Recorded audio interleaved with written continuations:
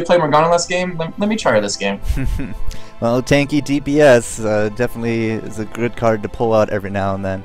And yeah, I mean, that did bring Fortnite their first win in the series. It is game number 2 here in the ggClassic.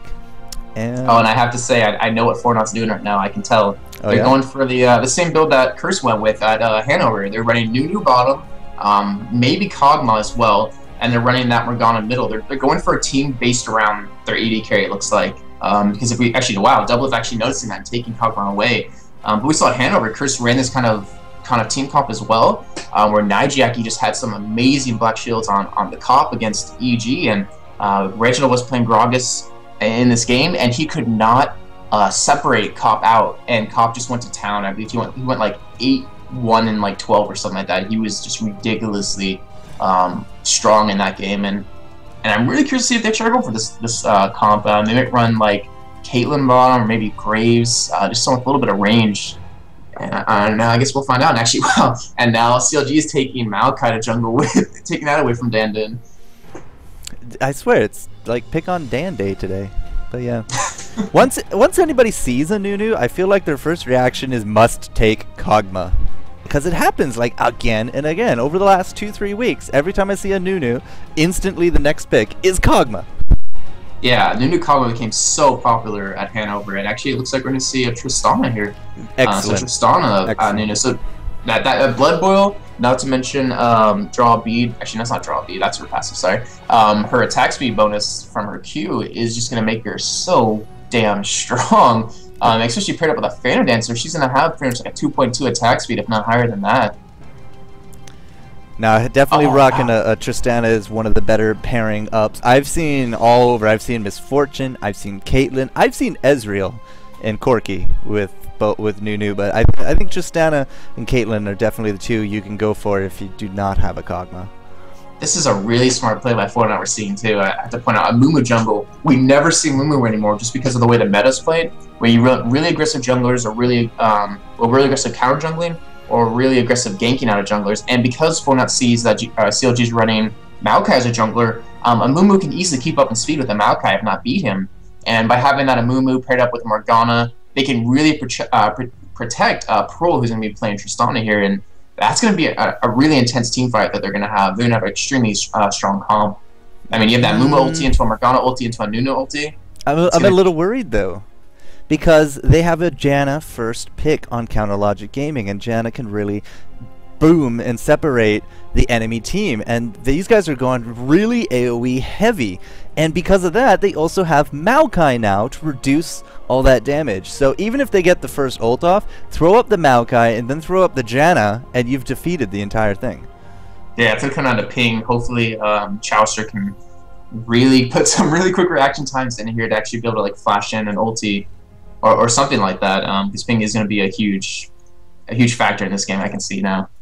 Do you know how to ignore messages from people? I do not. I just typically. I thought putting myself as D&D mode would do it, but I guess not. Oh, well, let me message you. There you go. Another one for you. Love you too. Now, yeah, looks like last pick here might be a Yorick top. Yep, we're gonna see Yorick against we're gonna see Dr. Kramer, or sorry, not Dr. Kramer. Wow, see how I'm combining them. You see Dr. Trevor top with Yorick against Hotshot, who is on Italy, and we're gonna see. Actually, there is no AP middle, huh? Because we see double AD unless yeah, GG's actually gonna be running AP Kog'Maw. So we're gonna see AP Kog'Maw against Morgana here, played by Kramer in middle, and we're gonna see Caitlyn Jana bottom, which is a really strong lane just because of the range that Caitlyn has. Not to mention the shield buff from Chauster, or on Jana. And I believe Doublet actually checking his runes real quick might be running some lifesteal quints as well. If I can check that out. Nope, looks like he's actually running some attack damage runes and some armor yellows. So this is going to be quite an interesting game. This is the second game in the best of 3 between CLG and Fortnite. This is the last semifinals game, and the winner of this will be playing TSM for $5,000 in the ggClassic. $5,000. It's a good amount of money, man. Yeah, does not suck. No. And, you know, big to our sponsors again for helping out the ggClassic coming into here. It is going to be the gaming.stack exchange. You know, they're giving away a lot of free prizes during this. If you use the code name, I think ggClassic or ggChronicle, you can go over there. It's like a knowledge base. It's just a gigantic knowledge base of people saying, what happens when you do this, this, and this? And then somebody goes out and does it, and they're like, well, this is the result. And now you know. And you can go forth and spread the knowledge to the other summoners out and about. So, you know, big thanks to them, gaming.stack exchange. And, you know, I go to Stack Exchange all the time, although I go to it for programming because that's my day job. So web development, PHP, HTML, JavaScript, but I had no idea they had a gaming site. And, like, they do the same thing. People just ask questions and you answer, you select your best answers, and, you know, they're giving away a lot of fun and extremely awesome stuff. So yeah, it's funny. You actually mentioned last time we were talking about it, about the, you know, Orange Charm Slow Master Yi. And what's funny is if you go check that out, my video is a response to that. So I'll put up my video, and it actually does work, which I thought was kind of funny. But yeah, you do programming for them and for TSM? No, I go to, they're a huge programming information database. Like, people ask, how do I fix this? And then people answer, and now I Google it, and now I know how to fix that. So it's the same idea. It's it's a very established site. They've been around a long time, and it's just awesome to see them jumping into League of Legends like this and supplying, you know, a good amount of sponsorship to the ggClassic. And with the numbers that we're getting, you know, I think we got 19,000 people watching us right now. That is an excellent signal to these sponsors to say, hey, we love what you're doing. We support what you're doing. Do more of it, please. Thanks. Okay, bye. That's exactly what you guys are doing by supporting these streams. Yep. And sorry, I changed the topic a little bit. I just noticed something is we're seeing Chowster actually running Clairvoyance here, and we see Bloodwater actually running Heal Exhaust. And bot lane is going to be so dangerous. Oh my gosh. So we have a Heal Exhaust out of Bloodwater. We have a Heal Ignite out of Pearl. Heal Ignite becoming like a really popular thing for Tristana as well as Ezreal. Since you do have that ability to get away, you have the Rocket Jump. And not to mention the healing debuff you have. And Tristana does do a heavy amount of magic damage. Her ultimate, I believe, level 1 does 300 damage and is magic damage. So having that Imp Ignite for a little more AP, you know, doesn't hurt. And I'm really curious to see what happens at bottom, because if action goes down bottom, it's going to be super quick, and it's going to be with a shrug of the eyebrow, like you're saying last time with the ninja fighting. I'm still a little worried about the team comp here in Fortnite. Like, it's very AoE, and now we got Yorick zombification to come out for our Tristana. So, like, if CLG lets Tristana, you know, get the farm and just free shot, you know, pick off people from range in these team fights, and they're gonna have a very difficult time on their hands. But if they can get in there with the Maokai ultimate, with the Janna ultimate, and start picking off, you know, the Fortnite players that get separated, then I think it will be a much easier time in these games. But we are going to get this rolling League of Legends here at the ggClassic. But I love you, and Four Court Jester here on game number 2 of CLG versus Fortnite.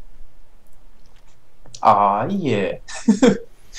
One thing I want to point out is I think we're going to see a lot of backdooring out of Hotshot again this game. He does have teleport, and the thing is that CLG does not have a lot of damage in a team fight right now. If you look at this, they don't have a team fight oriented comp. I mean, you were saying how, I mean, it is clearly like Maokai was saying can easily reduce a ton of damage that Fortnite's going to do, but it looks like they're trying to go for like a backdoor kind of build with Hotshot and just kind of defend the lanes while he does that, because you know, Kog'Maw can easily clear lanes with his ultimate, especially when he goes AP. He just destroys those. And I see double from Caitlyn, and I just don't know. I don't really feel a strong presence by CLG with this comp in a fight. Well, we're going to have to see what they can bring to the table. But Hotshot Nidalee GG, one of his more well-known champions. And I don't think I've actually seen him run that in a tournament in quite a bit. So we're going to have to see if he still got it. And if you recall, last round we had that swapperoo. So we did have Olaf Hotshot. He went bottom instead of top, solo top. And he just kind of camped out there for a bit. And then he used his teleport, which he is rocking yet again, to come up to the top lane, get the first blood, and then we kind of went from a lanes as normal, although it was very roaming and very gank heavy. In reaction to their losses, however, have you seen what both Big Fat LP and Double Lift are rocking for summoners? I have. Cleanse. They really want to stop that Amumu ultimate, not to mention the ultimate out of Morgana as well. They're just so deadly together, and We stack on that Nunu ultimate with it. Oh, it's gonna hurt. You're gonna feel the pain. I'm actually really curious. Hotshot's actually a bot lane here. It looks like he actually is going to be trapping up for him, and then we'll be heading back to top lane. And I'm curious to see how well Dr. Trevor does against Italy. We're going to have a huge line of traps here. We got 2 trapping champions. Traps everywhere. Trap all of the things. Now Kog'Maw, got to be a little bit careful here. Yeah, he's too good for that. He's not going to get hit by that. But Fortnite, maybe they're going to be grouping up. We did not see any kind of aggression last round. We just saw kind of a business as normal. Nope, that's the signal. Get out of here, LP, and even using the flash, but hey, he's alive. It's cool. Those presents, I mean, they're going to hit those wolves, but can Saint actually come back and finish them up? I don't think he will be able to. Yeah, I think Fortnite noticed that. If you check out the vision, they see the traps put down by Hotshot, so they noticed that he's not there, and they kind of want to engage and maybe take away that blue from Saint. But it looks like they're actually going to back off and take their own blue because they don't really have a... Both teams really don't have a super strong level 1 team fight, but CLG will see Dan Din coming across that mid lane. I'm sorry, that skin is hilarious. I think of like a clown whenever I notice it. Or a jester. Oh, that is true. No, nobody thinks of a jester. But no, they did interrupt Saint Vicious, and that's exactly what they wanted. It doesn't seem to matter too much. I mean, he's picked up his blue before Amumu has, and Bloodwater going to be helping him out here. And yeah, lanes look a lot more normal this round. We do got the AD and support in the bottom lane. You can see Chaucer just trading with Tristana at this point. And yeah, it will be Hotshot versus Yorick. Now, what do you think of an Italy versus Yorick lineup? I don't know. They both have the ability to heal. I mean, at this level of play, you can heavily be counterpicked, but I don't believe there is like a counterpick going on here. It's mostly just who can outplay the other, and it's whoever makes the most mistakes will lose the lane. But I don't know. Yorick, he can just get so tanky in his ultimate if he pops it on Tristana. Not to mention all the attack speed buffs that he can get. Is just gonna dominate CLG here if Yorick can just really get that nice ultimate off. And I don't know. What's your thoughts on top? I haven't really had too much experience seeing Yorick versus Italy. Well, I just haven't really seen too much of Italy in the last few weeks. As I said, I mean, it's like a signature champion here for Hotshot, so he knows what he's going to have to do. But early game, it does look like this harass from Dr. Trevor is pretty much enough to keep him at least at bay. Now, if he can capitalize upon this and get a nice CS lead, he can start going around doing a little bit of roaming, maybe some counter interruption jungling or just some ganking. And I think that's what we saw from M5. They would just shove the lane and then go wandering around. I kind of have the impression maybe that's what Yorick's going to be doing. Yeah, that's a good point. They actually might want to control blue buff here out of CLG and really, really deny Kog'Maw that blue buff, who really needs it early on, especially as he's building his tier up to be able to do any damage. And yeah, sorry, yeah, that's. I got to point out to me that CLG is actually running a really heavy poke comp, but it's kind of funny is that Fortnite has a really strong engage, so I don't really know if CLG can really last fights out too well. Now, we have been seeing a lot of AP Kog'Maw recently, like Reginald was rocking it for a bit, and then in a few of his matches against TSM, I also noticed we had some AP Kog'Maws coming out. I think it was in the show match last night on Playhem that I actually got to watch that as well. And I have mixed feelings on it, like, because I always just prefer to see him play AD, but an AP can undeniably blow up people. Yeah, I feel like he doesn't have much presence in a fight, minus the poking that he can do, which, I mean, he acts like a Xerath with his range, pretty much. He's really hard to get to, and he can do a lot of damage, and it's a lot of AoE damage if you can get Fortnite to stack on top of each other. So yeah, he can definitely do a lot of damage. I'm just curious to see how well it's going to do against, the comp that Fortnite's running. And you can see Hotshot. Dr. Trevor did head on back to town, and he does have himself that extra Meki pendant now. So pretty much infinite mana, and Hotshot on the counter is almost out from just all the self-healing, and he's just at this point just trying to keep level with the CS. I mean, he's sitting at 26, Yorick's sitting at 26 as well, so he is doing a good job there, but the poke is pretty undeniable for Yorick at this point. In the meantime, we see a gank coming down at bottom. Dan Din, who has not been spotted in bot lane, will have a clear gank here if they do decide to go in for it, but CLG playing a little passive here. And actually Dan Din is backing out. But yeah, I was actually really curious to see if Dr. Trevor would go for that Mana Immune on him, because I mean, it is a really strong item for him early game. That mana you need for harassing is really necessary, but it looks like we actually are going to see it out of him, and maybe late game he'll end up selling that. And Hotshot's just going to back out. His lane is pushed. He does have 800 gold to spend. Oh, well, actually does get spotted, so he does not back out. Maybe we'll be staying in lane a little longer. Business as normal. Nothing that he cannot deal with. The only other thing a Meki can build into is a Chalice, I think, in this regard. Right, yeah. I guess we'll find out. I mean, there isn't a huge amount of AP damage out of CLG. I mean, you have Kog'Maw, and you do have some AP, or sorry, some magic damage out of Nidalee when she gets her Cougar form, but I guess we're gonna find out. I think actually might be right with that Chalice. Well, I think it depends on what Hotshot himself is going to be running. A lot of the early item pickups are just to counter the lane so that you can keep your presence there. I mean, it's all about the money and it's all about the CS, and Hotshot is going to head on back. He has boots at this point. He gets himself a Chalice right out the bat and a ward. So we might actually see something very similar coming out from Yorick. But in the late game capacity, you're right. The Mana Immune is definitely one of the more signature items for Yorick. And one thing to point out as well, if I can remember what I was going to say. Oh, yeah. Hotshot, I believe, does like go in that Trinity Force top lane, so you can push lanes extremely hard. But if they're going for that poke comp, you might actually see him go a little bit more heavy with AP here to do a lot of damage with those spears and kind of just jump in there really quickly on... just pounce in there quickly and do as much damage with your swipe and your cube. I just want the action to go. I mean, this is such a slow game so far. I mean, we haven't seen any ganks coming out of any teams yet. I mean, we saw some attempted ones, but nothing really happening. No engages. And come on, this is game 2. This is semifinals. Let's see something, teams. It's exactly that though. It's the semifinals. CLG is down 1-0. Fornot is up 1-0. So CLG, in their mindset, they can't screw this up. So they're not going to try anything risky. That barely missed that Yorick up there on that spear. But on the flip side, Fornot, they also don't want to screw up anything by rushing anything. So right. Dan, he's going to get his levels. He needs his 6, which he just now got. Maokai already level 6, and he's just going to be wandering around his jungle. We're probably going to see something in the next probably 2-3 minutes, I'd wager, but I'm not too sure it'd be a kill. Yeah, Dead doesn't really have a strong lane to gank. I mean, you have middle. I mean, obviously, who can easily get Dark Binding by Kramer. But he has a cleanse, so you know he can kind of just run away. He also has his flashback up now after he did blow it a little early.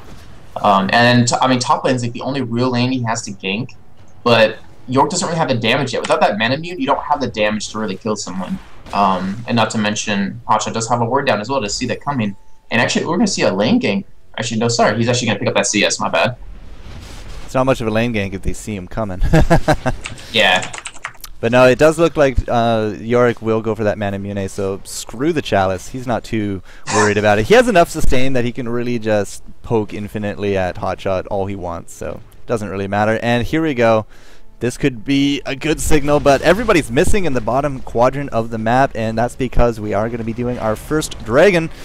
9 minutes, 15 seconds in. We have absolutely no vision on it whatsoever. No pings. There's no wards. CLG... Typical CLG, they don't care. 9 minutes. Badgering it up. Yep. And take a look at CS. We're seeing the same thing happen in bot lane as last game. We're seeing Pro actually falling behind double lift here. But Pro, you know, last game he did pick it up late game, and he actually did pass double lift at some point. And I mean, Pro pushes the lane extremely hard, which Bloodwire's doing a really good job of warding quite consistently. And actually, Chowster with a really smart move, putting that pink ward in that tri-bush. It really allows St. Vicious to really gank that bot lane and really try to give them an advantage that they need.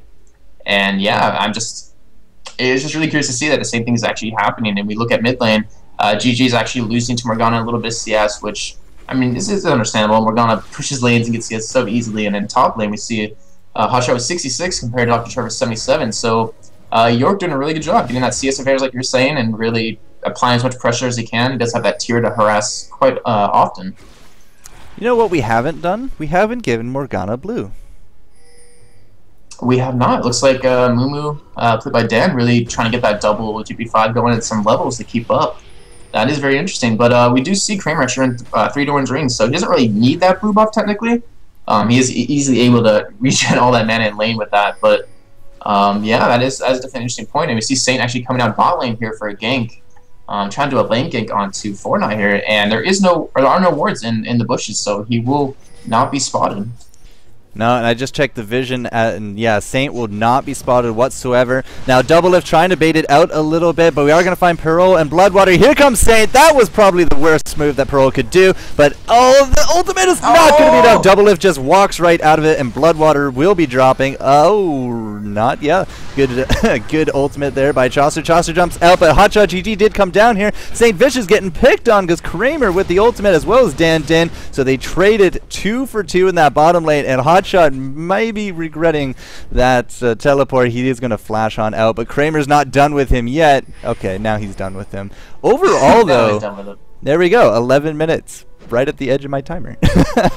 Yeah, that was a really well-timed counter gank by Kramer there. I mean, he didn't even know that St. Vicious was supposed to be ganking bot lane, but he saw that Dan Din was coming down, and he really wanted to try to get bot lane advantage, and Pro just clearly got baited into that, unfortunately, and he rocket jumped the price behind him. Ugh. Yeah, I mean, it was a really good initiate, it was a really good knockback, but it was just kind of, I don't think he was really expecting Saint to be in that bush to engage onto him, and he paid the price. But we did see some even trading though, 2 for 2. So, I mean, in the end, it kind of worked out. And York picking up that mana immune. Okay, you know, he's really gonna hurt in lane, and it's really gonna be interesting to see what he does. He might actually be going for a Frozen Mallet now, or maybe a War Moms with that Ruby Crystal. I guess we'll find out a little bit later. War Moms or Spirit Visage. They would both work. Oh yeah, Spirit Visage would be really good too as well. And I'm really kind of happy to see Dan Din actually keeping up in levels. I mean, actually he's ahead of his bot lane. He is currently level 8 compared to level 7. And yeah, checking out CS again. I mean, in the meantime, while Kramer's actually ganking bot lane, we saw GG actually just farming away with 108 CS, and he will be picking up his blue buff here, it looks like, as well.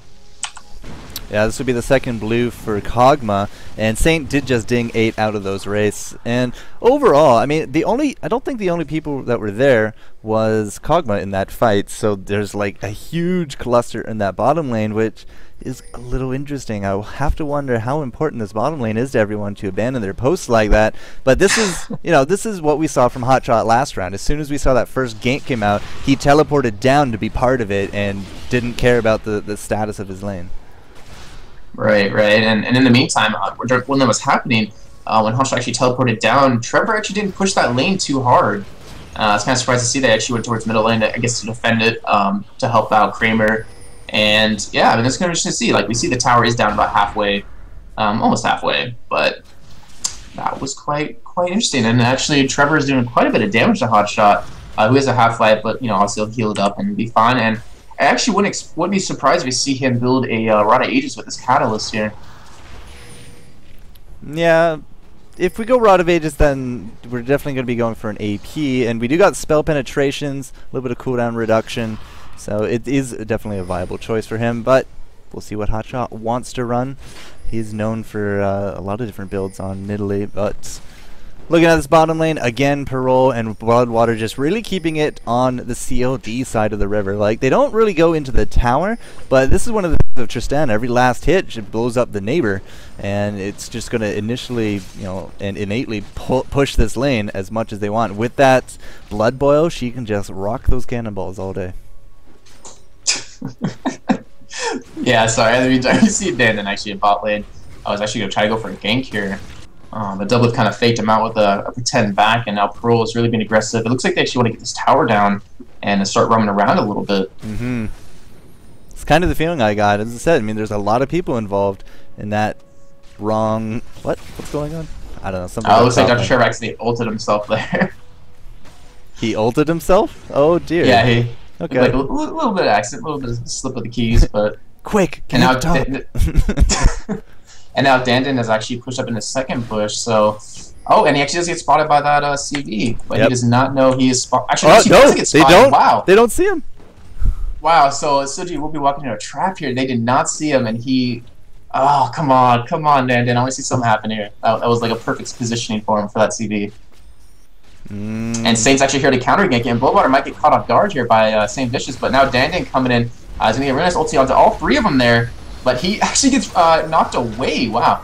So Saint's actually chasing Nunu down, but Nunu's going to get away, and Dan Din doing like a little defensive ult there to actually protect him. And we see Kramer actually came down as well as GG, And not too much action happening, but we did see 2 ults go down for 4-0.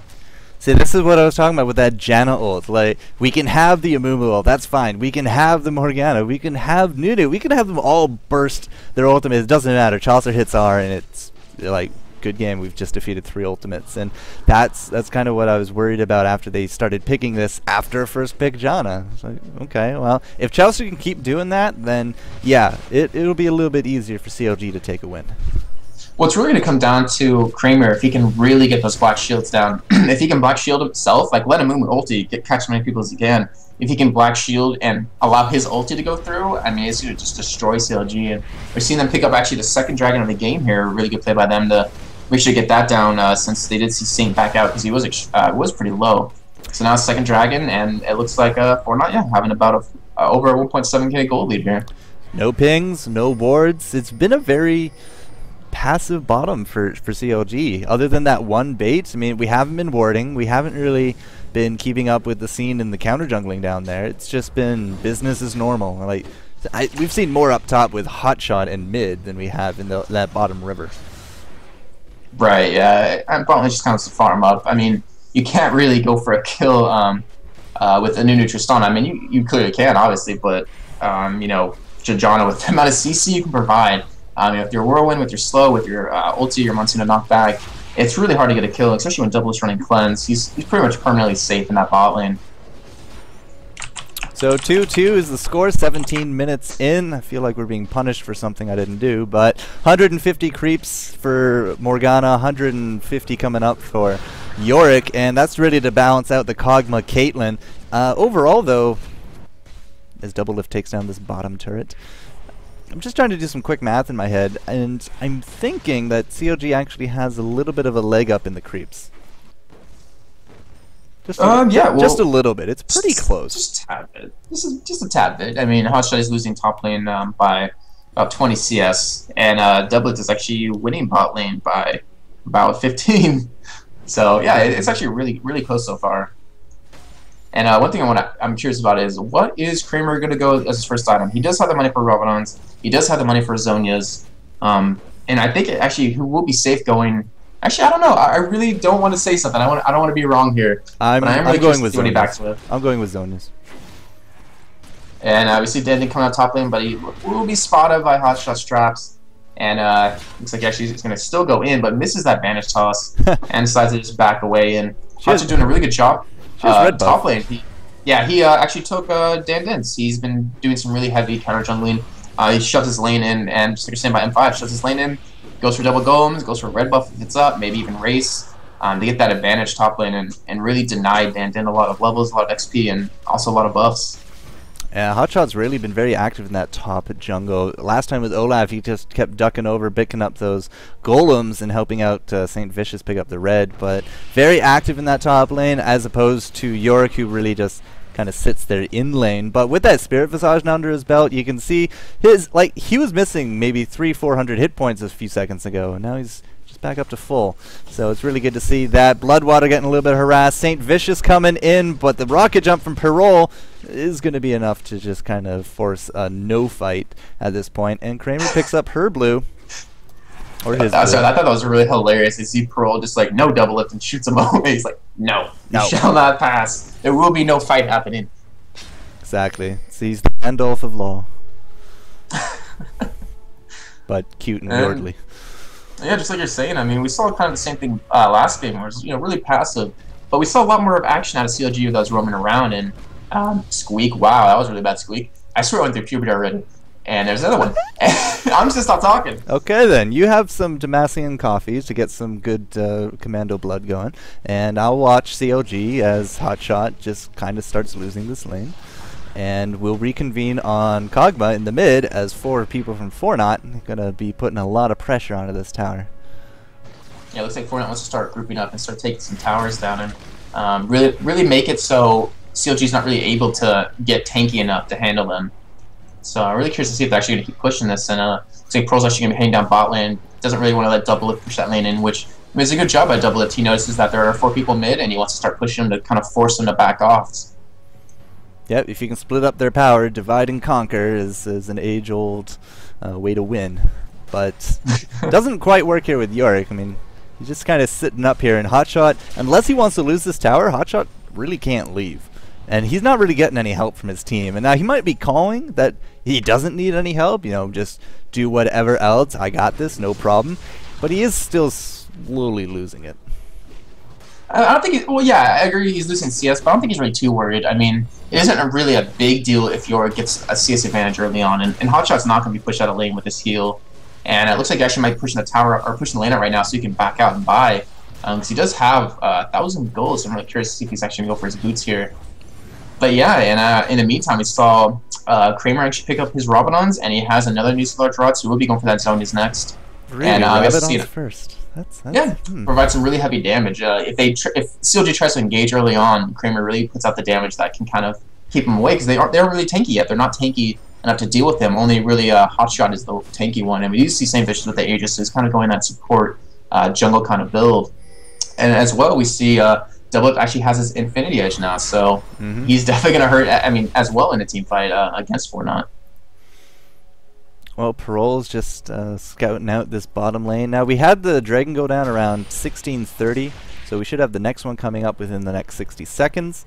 And that will be the third Dragon of the game. We're still up about 2,000 gold for Fortnite, and it's very similar to the last game. I mean, we have very close kills. In fact, we have dead even kills in this round, but very close towers, and they're still up in gold. Yep, and we see Yorick actually picked up his Glacial Shroud, and as well as Pro actually picked up his IE, so Yorick's going to be super tanky in a fight right now. I mean, just the items he's built, and he's also going to do quite a bit of damage with all that cooldown reduction. He's going to hurt putting down as many ghouls as he possibly can, and now we're seeing CLG actually group up a little bit and running what their comp is about. They're doing a lot of poke. Hotshot's trying to land these spears on him, as gg's trying to land his ultimate on him as well. And it looks like they actually might try to go for a tower here, or just like poke enough to get them to back out to get this tower. Well, something's got to give at this point. We're about to hit the 23-minute mark, and we did get that Rod of Ages on Hotshot, so it will be an AP nid. And yeah, if he has that Glacial Shroud, Yorick is going to be hitting that Frozen Heart at this rate pretty quickly. I mean, he's been CSing like a boss. He's almost hitting that 200 mark. And yeah, 200 mark, 23 minutes in. Yeah, still about 30 creeps ahead of Hotshot. Yeah, I mean, I don't really think that's going to affect Hotshot too much. I'm really curious to see. Well, if we'll see right now. Sorry, Hotshot actually running the Iron Boots of Lucidity, going for that CDR so he can spear away as much as his heart desires. And hopefully, if he lands some really nice spears, he'll really chunk down Fortnite enough for them to engage onto him and really take him in a team fight. Dan Din being the good guy, running into traps. Good guy, Dan Din. They're Yordle cupcakes. He can't refuse. And he's actually going for that Randuin, so he's going to kind of engage, pop that Randuin, keep CLG slowed as much as he can for the rest of his team to kind of do as much damage. And not to mention, I mean, that Randuin slow as well as Kramer's ultimate can really do a lot of damage and really be super effective if you want to relate it to Pokemon terms. Yeah, if we can get everyone into all these ultimates and slow them down, minimizes the chance of them actually leaving said ultimates, which is kind of why I expected Kramer to go for his Zonias, just to negate the Janna ultimate if it ever came out. So do you flash in ultimate Zonias? It's typically what you do like to do, but I guess he's confident enough that we can get into more of an endgame before any big fights go down. And okay, here's all that poke coming out, so this is what we wanted. The poke going down, as will the tower. CLG going to be putting tower number 2 on the board. Yep, that's exactly what CLG wanted to do, and they're accomplishing it quite well. I mean, we see Dan extremely low, Kramer extremely low, Dr. Trevor really low, and it's working out. And if I didn't know better, and I kind of just turned the stream on right now, I would say we're watching like a pro ARAM game going on. It's just how everyone's just sitting in the middle, poking away as much as possible. But the score would really kind of call you out, because it should be like 50-60 at this point if it was ARAM. 25 minutes in, you get 100 kills, no problem. But yeah, 4 kills on the board, 25 minutes. You guys are hanging out here on the ggClassic, game number 2 of Counter Logic versus Fortnite. CLG is down 1 game, which means this is their game to lose. So it does seem like careful maneuvering is going on. So high level that I just have no idea what I'm watching. And we're actually seeing double Australias out of CLG, so they're going to be super fast if they do really want to run away. I mean, they do have that genre for that disengage if they need it, but having that double Australias to engage or to disengage with is going to be really helpful for them. And we see Mumu actually does have Australias as well, and he's actually getting decently close to that random. It's about another 400 gold, I believe, and he'll have that. Actually, no, I think it's about 900 gold at that point because he doesn't have cloth armor. But yeah, and we see Tristana sitting there with his IE. We see Caitlyn with an IE Zeal, so Caitlyn actually is pretty far ahead right here in terms of just damage he can put out, because, you know, Pearl doesn't have any crit right now. He has... Actually, sorry, wow, I'm stupid. IE gives crit, sorry about that. Yeah, derp. But, but in a head-on fight, Tristana still can beat Caitlyn easily just because of his ulti. I mean, he has level 2 ulti, which is 400 damage, which is so much. And that's the one thing that's really strong about Tristana. And Tristana's taking so much chip here. Oh! Goes down to that Caitlyn ultimate. So now he's going to have to back out, and CLG would have pushed this third tower down as well. Morgana, thinking she's in Matrix, just dodges the bullet and lets it land on top of Tristana. But yeah. What do you do against poke teams like this? I feel if we just had a flash-in ult from Amumu just to start things off, that would do it. And look at that, just the disengage. We jump on top of them, but we Shurelya's away, throw out the tornado, and say, nope, not today, good sir. But we gotta have something for Fortnite. They have to try to do something, because these pokes are just getting the better of them, and then they can't team fight. Look at this, Perol just could not get out of this, and he's down to 25% hit.